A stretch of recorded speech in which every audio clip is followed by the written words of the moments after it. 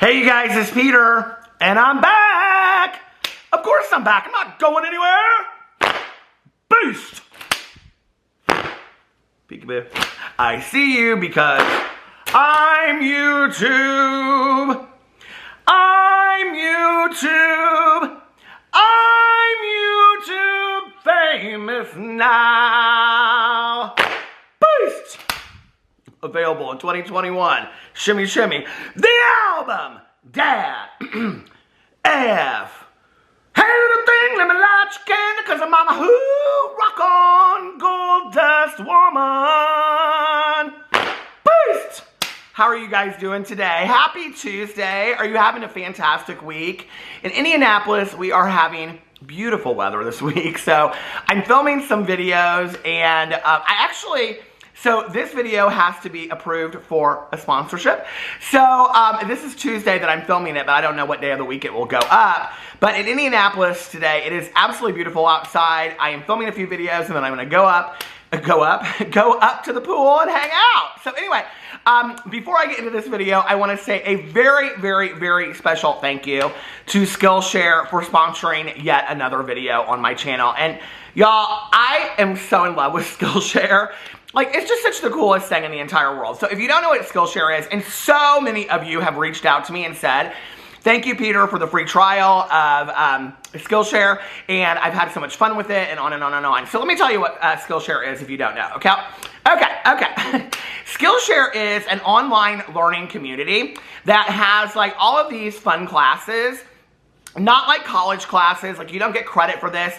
It's just to, like, further your, your creativity in certain areas. They've got stuff on there about YouTube. They've got stuff on there about Instagram. They have stuff on there about plants, which I'm going to talk to you about in just a second. They have stuff on there about journaling, about meditation, motivation. They've got everything on there that you could imagine. In fact, let me read to you some of the categories. Hold on a second. Some of the categories that they have on here. Hold on. Okay. They have, I need my reading glasses. So, they have things, class topics in illustration, graphic design, photography, creative writing, animation, fine art, music production, film and video, marketing, productivity, freelance, entrepreneurship, web development, crafts, and so many more things. The class that I am taking this month, or that I took, I just finished it actually, and the way that it is that each class is about 60 minutes, well, between like 45 and 60 minutes, but they're broken down into short segments. Now, y'all know I love the houseplants, right? So the class that I'm taking is called Indoor Gardening, Grow Houseplants, Veggies, and Herbs. And so, you see my plants back there. But I have been attempting to grow herbs as well, okay? And this is my mint, which you can see is not doing great. So when I saw this class, I was like, I'm gonna take it. Are you ready? Okay, now, this is not just because I took this class, but anyway, let me show you. My lavender is actually growing, and there's a new little thing down here that just popped up, which I'm so excited about. But anyway, it goes in there, and the classes are so cool. Like, let me give you the ideas of the classes that she has on here. So she's got the introduction, understanding your plants, growing ornamental house plants, growing your own food, growing tomatoes, growing microgreens, growing herbs, and then final thoughts. And the whole thing is less than 60 minutes long. It actually comes to exactly 50 minutes, and it's 8 lessons. How cool is that, right? My husband's done them on, like, Instagram posts, because you know my husband loves the Instagram. And it'll tell you things in there like how to like better or make like catchier Instagram posts and stuff like that. And it just has all these really, really fun ones. And you could just sit down there, you know, for a night and just like take an entire class. So anyway, okay, with my code or my link listed below, okay, you get 1 free month of a subscription to Skillshare. So go check Skillshare out. I want to thank them again for sponsoring this video. I love working with Skillshare. I really, really believe in them. I think they are so cool. They continue to put more. They have thousands of classes and they keep on adding more and more really fun classes. So anyway, thank you so much, Skillshare. Go check them out and let me know what you think about them in the comment section below. And if you take some of their classes, let me know the classes you're taking, because a couple people have told me classes that then I've went in and taken because they said that they had a lot of fun with the class or whatever. So anyway, and I will say this, that a lot of the classes, it kind of depends on who you get as the instructor. But the majority of the instructors are so passionate about what they're talking about that it's just really, really fun to watch, you know, the video. So anyway, okay, let's get into today's drama. Boost! Well, today's drama, first of all, is that I am almost out of, well, I am out of my Celine lip gloss. So, when you're out of one Celine, when you're out of Luna Beauty, then you just grab another container. Oh, so anyway, let's put on the new container of Lunar Beauty, Celine. When your lips are dry as mine, then it's Luna Beauty time. Beast! All right, let's get into this. All right, I have put up on the Instagram, I love to do the opinions videos, you know. So I put up, ask me my opinion about anything. It can do with YouTube, it can do with pop culture, it can be about me, whatever. And I got hundreds and hundreds and hundreds and hundreds of questions, the majority of which, okay, were about my opinions about Big Brother this month, or this season. And, but the rest of them I kind of consolidated and went through, and if there were common questions, I tried to pick that one. So I came up with 28 questions, and this time, I have the name of each person that asked the question. But speaking of Big Brother, I will say this. Now, y'all know I'm a Big Brother super fan, okay? I think there's only been one season I have ever missed until this year. And what happened was, I got like 2 weeks behind on Big Brother, and then I was like, I'm going to have to sit down literally for one night, and I'm going to have to watch like 6 episodes back to back to catch up. And I really didn't I just didn't have the interest in it this year, you know? And I've got so many other things going on with all the, you know, books I'm reading and all the, I'm getting ready to start a podcast with my good GD Melissa, and we're planning that. We're starting a horror movie podcast. It's going to be so fun. We're going to have games and all kinds of stuff on there.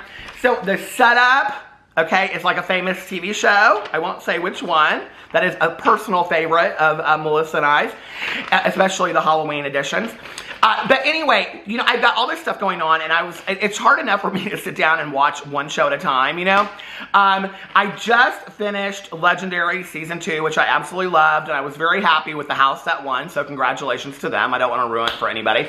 And I just finished Canada's Drag Race. So congratulations to the winner of that. I don't want to spoil it for you if you haven't watched it.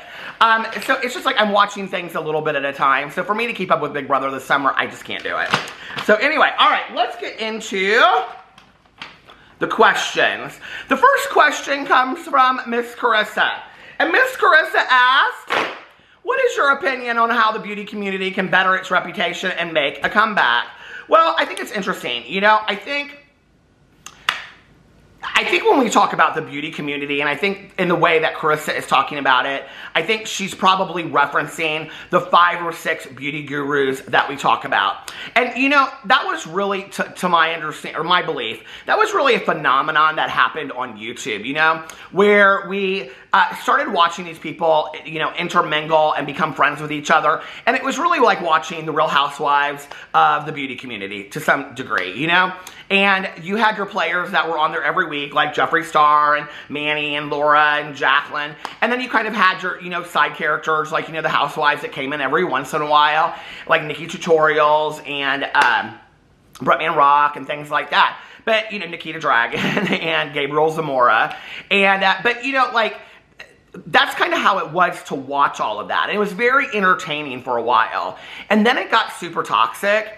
And, you know, there are so many, and when I say this, people will be like, well, why don't you get on a video and talk about it? Because they're just things that, like, I don't know that there's any factual evidence to, but behind the scenes, you don't have to be a drama channel. I mean, like, everybody in the beauty community, there's a lot of reasons why these friendships fallen apart, and you kind of hear, like, little things through the grapevine, that it was about this, and it was about that. And there are very, very hurtful things that occurred, okay? Like, very, very toxic things that occurred. I think people sometimes are confused why I don't get on video, you know, like, or why I get on video and I say the things I say about Jeffree Star. When you have heard as many things as I have heard behind the scenes about a specific person, whether it be Jeffree Star or Shane Dawson or whatever, it is hard to sit there and continue to look at them in the same way, right? But it's also not my place to get in a video and talk about it unless there's some kind of, like, receipts, Whitney, related to that. Does that make sense? So I think that there's that beauty community, right? But then there's the community at large on YouTube, of which I think is filled with many, many creators that are at the 500,000 mark all the way down to 100,000. That's a really great number, right, of subscribers. And that's a huge number on YouTube. And then you have people that are sitting at 5,000, 10,000, 20,000 that are literally putting out videos every single day and are super passionate about it. You've got people that have 100 subscribers that are busting their butts, that are, you know, doing dupes, they're doing this, they're doing that, they're researching the makeup, they're spending a lot of their own money on the makeup just because they want to be part of the community. And I think the beauty community is just absolutely thriving. If it wasn't, we wouldn't see so many new releases, not just from beauty influencers, okay? But just, I mean, I go into Sephora and they're like, this is new and that's new and this new skincare is out and blah, blah, blah, whatever. And it's going to continue to be that way, right? So I think the beauty community is thriving. If you ask me what I think these 5 or 6 people need to do, I think that they... Quite frankly, I think they need to start calling some truths out. You know, like I said, it's not mine to put on blast, but to the people that have been directly affected by it, maybe it's time to come out and collectively talk about what really happened, okay? Maybe it's time to come out and stop, like, you know, hiding behind the shadows and say, no, this is really what happened. Let's let the people vote, okay? Let's let the people know what really went on behind the scenes.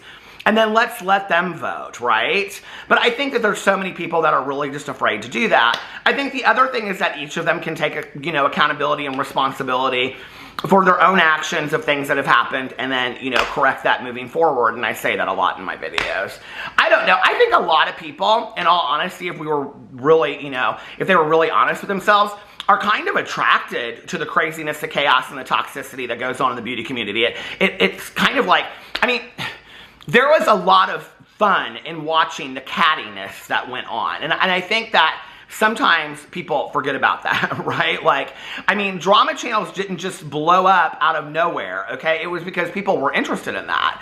And so I think that's a lot of what happened.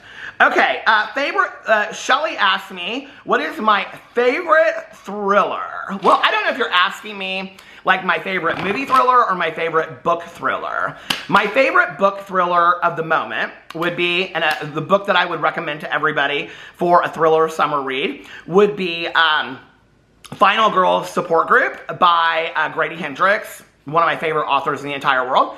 I would also recommend Malibu Rising by Taylor Jenkins Reid, although it is not a thriller, but it's very fast-paced and kind of reads that way a little bit. An amazing summer book. I'm also currently, and this is the book for July for Peter's Book Club, well, one of them.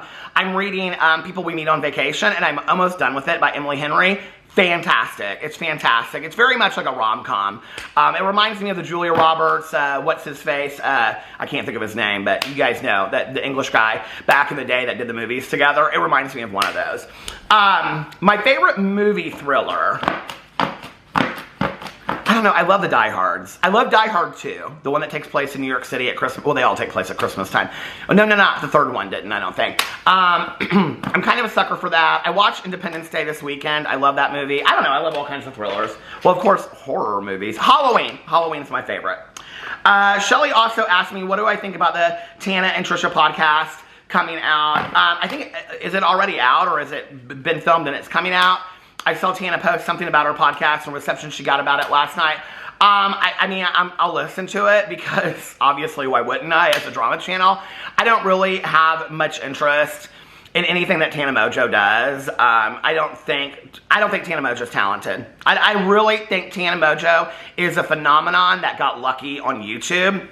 I think she's an adorable girl, and I think that the attraction to Tana Mongeau is all of the people that look at her and wish they had her life that are like 5 years younger than her. And I think that's the real attraction to Tana Mongeau. To sit down and listen to her do an hour interview with somebody, I could care less. I really could. If I was going to invest an hour in a podcast, I would listen to My Favorite Murder. I can't even keep up with that, okay? There are so many true crime podcasts that I listen to. I will listen to it because, as far as keeping up with what's going on, and because Trisha Paytas tweeted out something like, got to go on the Tana Mongeau podcast when everybody else is canceling Trisha, but Tana had Trisha on. Of course Tana had Trisha on. Tana's not stupid, okay? This is the thing. She's got a lot of street smarts. She's got a lot of common sense, okay? Now, I know that you guys were like, Tana Mongeau has common sense. She's not, I don't think, conventionally academically, you know, like, it's not like she has 5 degrees, okay? But she knows how to, like, get people, you know how Gabby Hanna said that she knows how to go viral? No, Tana Mongeau knows how to go viral, okay? And I think that Tana Mongeau knows what she's doing, and I think that Tana Mongeau knows that it's smart right now to put Trisha Paytas in a podcast. So, and then Trisha said something about doing an OnlyFans with Tana Mongeau. So I'll listen for that, but other than that, I don't really have a whole lot of interest in it. Okay, Heather asked me, am I tired of talking about the beauty gurus? No, I'm not tired of talking about the beauty gurus because, like I said, for me, watching those 5 or 6 or 7 people is like watching a reality show. That has always been, for me, what the interest is in it, okay? It has always been for me, like, what's the motive? What's going to happen next? You know, and like when you watch stuff and you literally sit and you watch a video of a beauty guru, okay, that has 16 million, 14, 10, whatever subscribers get in a video and flat out lie, and you know it for a fact, okay, blows my mind. Blows my mind. I mean, I sit there and I think to myself, I mean, I just sit there and I watch it. If you've ever heard my friend Tanya Jean, she laughs about this all the time. Well, actually, she did in a video over here. She said, just last week when she called in, she said, you're a liar. Like, I will sit there, she and I will talk about stuff, and I'm like, they are liars. Like, they lie. Y'all have no idea how much you're being lied to, right through your, I mean, it's just like, these people just, they have no problem lying. Just straight up lying, you know? So anyway, and then the thing is, the problem is this, unless I have some actual receipt to back it up, I can't really get on video and say, well, I heard from so-and-so that heard it from so-and-so that ... right? But you hear the same thing over and over and over again, you know, and then you're like, okay, well, not everybody is talking about it and there's no truth to it, you know what I mean? So no, I don't get tired of talking about them. I honestly kind of wish that we would have more kind of like old school drama from back in the day. That it would be like I always joke about like Manny and Jeffrey releasing palettes at the same time, you know? Or, you know, I don't know. I miss kind of a little bit of that, right? You know, it's interesting because I talked about this the other day that I was watching Hannah Smokey Glow's video about like the Dramageddon situation. You know, when I look back on Dramageddon 1 that occurred with the Laura, Manny, Nikita, and Gabriel being on the brand trip for NARS, and they give the middle finger, you know, whatever, about Jeffree Star. You know, I think about how, like, back in the day, that was, like, such a big deal. Like, such a big deal. And Hannah was talking about that in her video, and I was like, she's so right, though. Like, when that happened, I know when it happened. I was in, because I'm going there again for my anniversary. This year's my 10-year wedding anniversary. But I was in Las Vegas, Nevada for my wedding anniversary, and which is the last week in August, when it all happened. And so I know the dates are right, the 21st, 22nd, or something like that. And I can remember, it just was like this huge deal. Like this, we had never seen anything like this before, right, on YouTube. And I feel like also, that was like the beginning of the end for like looking up to these people. And then it became kind of like, the drama became it's become very dark since then, you know? And I don't enjoy that. I will say that. I don't enjoy I'll talk about it sometimes because I think it's important to talk about and have a conversation about it. And I also like to give a place in the comment sections for you guys to talk about it. And, you know, but the dark drama for me is like, it drains my energy and my happiness, my peace and serenity, and I don't love it. And I don't know how those people live with all of it either, because it's just got to be so emotionally draining for, you know, all of it. It's a lot. Okay. Nikki asked me, who puts on the best concert? Okay, so I was thinking about this when I saw this, and I was thinking about the best concert I've ever seen. Well, you know my husband and I, every year we go to Ultra Music Festival. We didn't get to go last year or the year before. But at Ultra, I would say Carl Cox or Cascade have been the best that I've ever seen. Cascade doing Young and Beautiful, what is it called? Young and Beautiful, I think, by Lana Del Rey. Fantastic. My favorite concert I've ever seen, other than like, you know, The Dead and stuff like that, would probably be, I saw one year the B-52s and Ziggy Marley, who did Tomorrow People, and it was unbelievable. It was like probably one of the best concerts I've ever saw. Oh, I will tell you this. Okay, I went to Farm Aid too with a good friend of mine, and we were getting ready to leave, and John Mellencamp, who back in the day we used to call Johnny Cougar, do you remember? John Cougar Mellencamp, who's from Indiana. He was the last person to go on, and I've told this story before, but he went in there and he started, we were like walking out, and he started singing R.O.C.K. in the USA, and the audience, like, I mean, it was at Deer Creek, I mean, which was this huge pavilion, and it's still there. They just don't call it Deer Creek anymore. It's called something else. But anyway, the entire audience went crazy, and we came back in, and John Mellencamp gave one of the best concerts I've ever seen in my entire life. All right, thank you, Nikki. Okay, Caitlin, Jaclyn Hill's response to their to the bronzer shade range. You know, here's where I'm at with Jaclyn Hill. Okay. Like, I understand now when people come over on my videos that I talk about Jaclyn Hill, and they say, like, I was a fan of Jaclyn's for a long time, but I just can't do it anymore, okay? I just can't with the excuses. I just can't do it anymore. And I understand that. And I have tried so hard to give Jaclyn Hill the benefit of the doubt in my videos and just been like, oh, this or that. Girl, come on, okay? Seriously, run a business appropriately or don't run it at all. I'm so tired of the excuses. I'm so tired of the mistakes. And this is really like, Jaclyn Hill is somebody that really, really, really has diehard fans that will protect her and defend her at any cost, because Jaclyn Hill is not, no. I cannot hear any negativity, any criticism.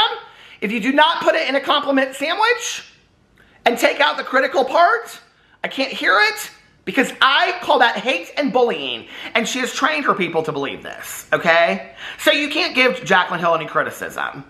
She doesn't want to hear any criticism. Jaclyn Hill wants to do what she does, and she wants everybody to say, yes, Jaclyn, that's the best product in the entire world. And if you don't tell her that, she don't care. And she's not going to fix it, because they're all limited edition products anyway that she's not fixing to come back out again, okay?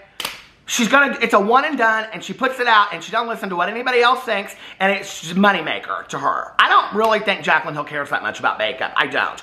Back in the day, I think she did. I think she's bored of it now, and I just don't think she's interested in it anymore. And that's fine. And I've said that for a long time. Girl don't do makeup anymore, okay? Start a cooking channel with Jordan. I love her and Jordan together. I love when Jaclyn Hill, like, just vlogs on her Instagram story. I love her for that, okay? Like, as a person, I love Jaclyn Hill. But as a business person, she don't cut it at all. Like, and it's a huge problem. It's a problem to the point where somebody needs to step in and say, hey, Jaclyn, we're going to run the business, and you just be the face point of it all, which is what I really thought was the deal anyway with it, you know? Unless that is what's going on. And then she should fire everybody that's making these decisions, because she's, like, it's just making her look really, really bad at this point. So I don't know who's making the decisions, but okay. Gotta get into this. Okay, a lot of people ask me about the Britney Spears situation, free Britney. Like, a lot of people just put free Britney question mark, free Britney. Of course, okay, 100%. I'm a huge Britney Spears fan, and I have been for a very, very long time. I think people know kind of the background story that my husband was friends with somebody, or is friends with somebody, that did her hair and makeup for 2 world tours. We got to dance on stage with Britney Spears. I got to see backstage and all that kind of stuff. You know, the reality is that in 2021, a conservatorship like this over a man would never occur, okay? The sexism that is associated with this whole situation, to me, is just so devastatingly, the whole thing is just so baffling to me. But I've said this before, and I'll say it again. As far as anything to do with Britney Spears, go check out Jake Yonsei and his deep dive videos that he does. They are fantastically well done on Britney Spears and the free Britney movement. So please go check that out. All right. Demi Lovato being California sober, Heather asked me. I get asked this question a lot about Demi Lovato. It was interesting because she was a judge on Legendary, which is an HBO Max show about the ballroom scene and stuff. I don't have really much of an opinion on California sober. I think like what people don't understand when like they ask me, I mean, so if you don't know, I've been 26 and a half years sober in a 12-step program. I think what people don't understand is when they ask me questions like that, like, what do you think about this? Or what do you think about that? I mean, I don't really have much of an opinion about it because that's not the program that I work. The program that I work is working a 12-step program, and that's really all I can speak to. That's the only thing that has worked for me. So I don't know about California sober. I don't really even know much about it. I've read some articles about it. I can tell you that California sober wouldn't work for me. You know, I'm an addict and an alcoholic that one is too many and 1,000 is never enough. So nothing in moderation would work for me. I know because I tried many, many times. I tried. And, you know, when I got sober, it wasn't my first time at the rodeo. It was my 5th time in treatment. So, you know, it wouldn't work for me. If it's working for Demi Lovato, I think that's fantastic. You know, I think that's great. I wish her all the best. I really, really do. I don't know. I mean, I talk enough about addiction on here that I'm not going to get in a video and say like, oh, no. I mean, if it works for her, I think that's great. I want her to be successful. I think Demi Lovato is an amazingly beautiful, talented role model out there. And I think like whatever she can do to live the happiest and successful life, I wish that for her. I wish that for any of us. I don't want anybody to be struggling in addiction and pain. You know, it's one of the worst things ever imaginable. Okay, let's see. Christy asked me, she said, I wish you would do housewife content. Well, the problem is that, like, I don't watch all of them. I don't watch New Jersey, and I don't watch the Potomac or Potomac. I can't even pronounce it, let alone watch it.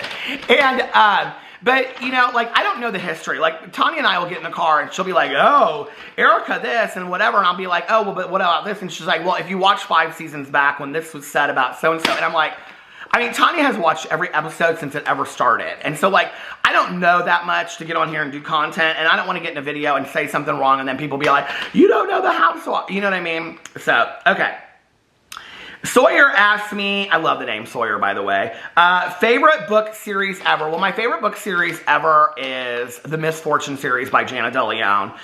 They're unbelievable. I just read the 20th one in the series and I love it. By the way, can we just talk about how Peter has read 59 books this year? I love when people come to my videos. Like, this happens on my vlogs sometimes. Not often, because people on my vlogs, which they say is like a podcast, they are so nice. But sometimes people will be like, you don't really get that much done. And I'm like, excuse me, I have 6 channels, okay? I read like a book a day, and I'm writing 2 books as we currently speak. I'm having a podcast coming out. I feed my dogs, and I make love to my husband. Give me a break, you know? And I clean my house and run errands and everything else. I think I do a pretty good job. Okay, anyway. Amy asked me, do I think, oh, wait. Margot asked me, would you ever live on a farm? I would live on a farm. My husband would never live on a farm. So we kind of like happy medium, you know? Do I think Frenemies is finished for good? Amy asked me. Yes, I do. I think Frenemies is finished for good. I almost kind of, well, there was no contract in place. I was wondering what the time limit was, you know, and all of that. But, but I think Frenemies is over. I think it's done. And somebody said, oh, wait. That was another question down here. Let me see where it's at. So Angelina said, do you think Ethan renamed Frenemies to Family so one day he and Trish could reunite? No, absolutely not. But when I read your question, Angelina, I was like, like, that's not a bad idea. But no, I don't think that'll happen. Bella asked me, dogs have an Instagram account. Love them. I think it's really cute. I love it. Snowgoth asked me, the same people always in drama are so problematic that no one cares anymore. And I would agree with that statement. I think that people are just, it's not necessarily just the same people are involved in drama. It's the same people are involved in, did you say this? In the same drama over and over and over again, right? And now what's happened is the same people are involved in the same, I don't even know that I would call it drama, as I would call it like really dark allegations. Take no accountability, and really there's no repercussions. So it's like they just continue to move on. So nobody's shocked anymore, right? Which I will tell you means that these people have to lay on their merit of their makeup, okay? Which I don't think that's faring well for a lot of these people, because I don't think a lot of these people are that interesting without all of the dramatics around it, you know? So Heather asked me, do I believe in deplatforming? You know, I really thought about this question when I got it. It's going to stop. Hold on a second. Okay. I wouldn't say that I don't believe in deplatforming. I pretty much don't, though. I will say that. I would say like 98%. I do believe that there's always that person out there. There are a lot of accounts, okay, on YouTube, and I'm not talking about beauty influencers. I'm not talking about probably anybody that I've ever even talked about on my account, but there are a lot of accounts out there that I think are doing harm and need to just probably be shut down, okay? And that's probably, what, 1% of all of YouTube, not even maybe that, you know? But as far as, like, deplatforming somebody, I don't know what I think about that. I mean, I know so many people are like, this is the thing. We talk so much about cancel culture to the point that cancel culture is even almost canceled. Do you know what I mean? It's like we don't really even talk about cancel culture anymore because people are bored of talking about cancel culture. You know what I'm saying? And so it's kind of like, whatever. But I think that, like, I think the people that need to be deplatformed are going to run themselves off of YouTube anyway. I really believe that to some degree. And we've seen this happen before, you know, that they just like, the people lose interest in them. They don't watch them anymore, and they kind of cancel themselves. You know, I've always said on here that, like, I don't believe in cancel culture. Just stop watching who you don't want to watch, you know, which always just seems like such an easy answer. You know, whenever I read the threads or whatever, people are like, if we stopped watching these people, then, you know, then they wouldn't get the attention they wanted and they would stop making videos. Okay, let's really think about this for a second, okay? If the 1,000 people that don't like Jeffree Star stopped watching his videos, do you think he would stop making videos? Like, really? Like, think about that statement, okay?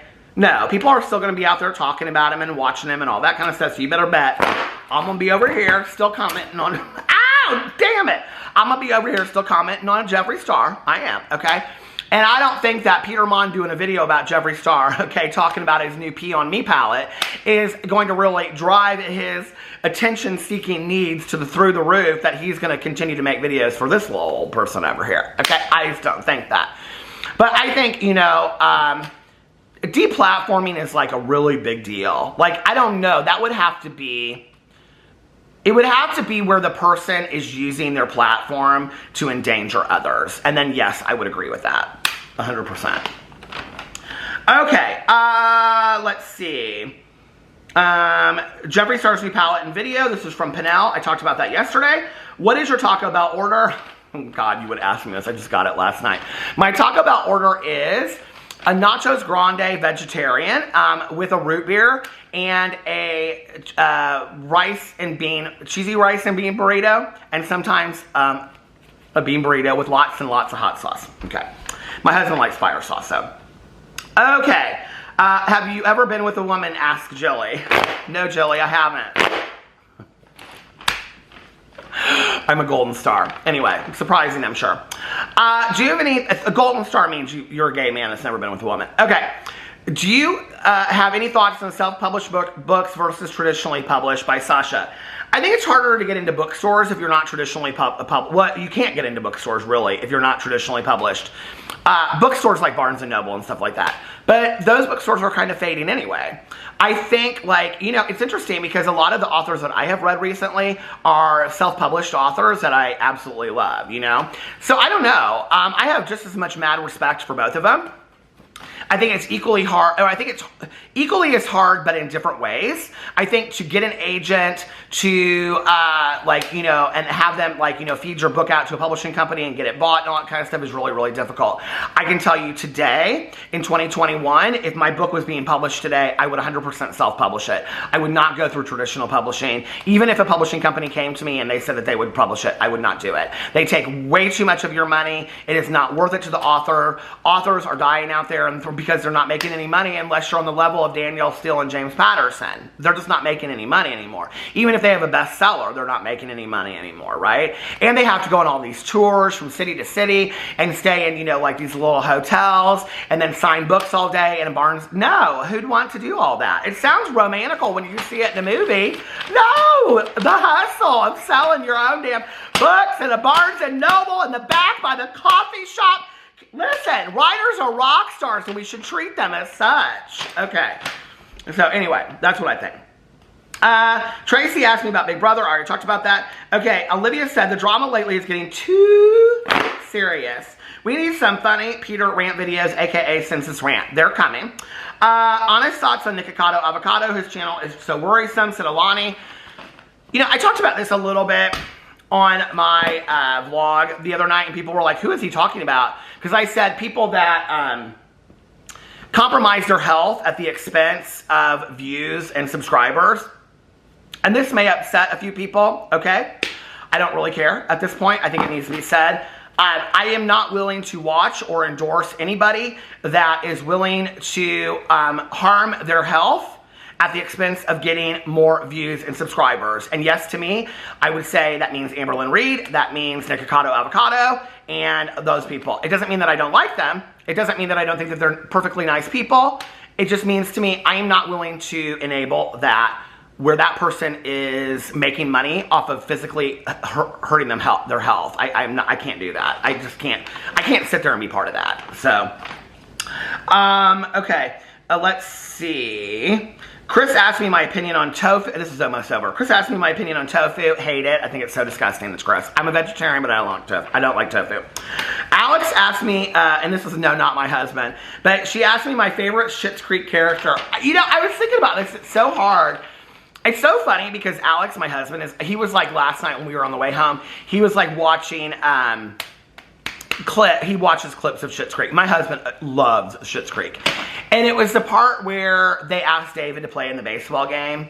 And he says, to Patrick, he goes, is today the baseball, is the day of the baseball or something like that. And so anyway, Alex was like watching that scene. He was like, you are so David. And so people always tell me, they're like, you are so David. But I don't really see myself as David. I don't know who my favorite, I don't know. I really like Alexis. I think Alexis is probably my favorite character, if not David. I mean, they're all so fantastic. Everybody on the whole show is so fantastic, you know. I like the way that Bob runs, and I love Ronnie. So, I don't know, the side characters to me are just as fantastic. You know, it's such an entourage or ensemble group, you know what I mean? Okay, and it doesn't surprise me that it's that way either because, you know, Catherine O'Hara and Eugene Levy used to be part of Christopher Guest's movies, like Best in Show and like Waiting for Guffman, that were ensemble cast movies. And Schitt's Creek is very much like that, and I love. Oh, no! Oh my God! And why can't I think of her name right now? Oh shoot! Hold on a second. I gotta look this up. My favorite character. Hold on Schitt's Creek. Hold on a second. Schitt's Creek cast. Hold on. My favorite character ever is, I want to get her name right, hold on a second, is Emily Hampshire that plays Stevie that runs and owns the hotel. She's my favorite. I love Stevie so much. Rock on, gold-dust woman. Of course I would. Okay. Your opinion on Halloween Kills trailer by Brian and Ian. Hey, Brian and Ian. I loved the trailer. I'm so excited. Jamie Lee Curtis, she's like, I have had it. I've had it with you. She looks like she's had it when that house is burning up. Okay, and they're like trying to put it out. Am I going to go to my next high school reunion? Asked Taylor. Of course, absolutely 100%. A friend of mine and I were talking about this yesterday. And the last question is from Allie, who said, what about revisiting questions that you answered 3 years ago? And I didn't know what she was talking about. And so I messaged her. I sound like Cher a little bit there, didn't I? I didn't know what I was talking about. But anyway, I didn't even know I could do Cher. So I was looking on my Instagram. She posted it.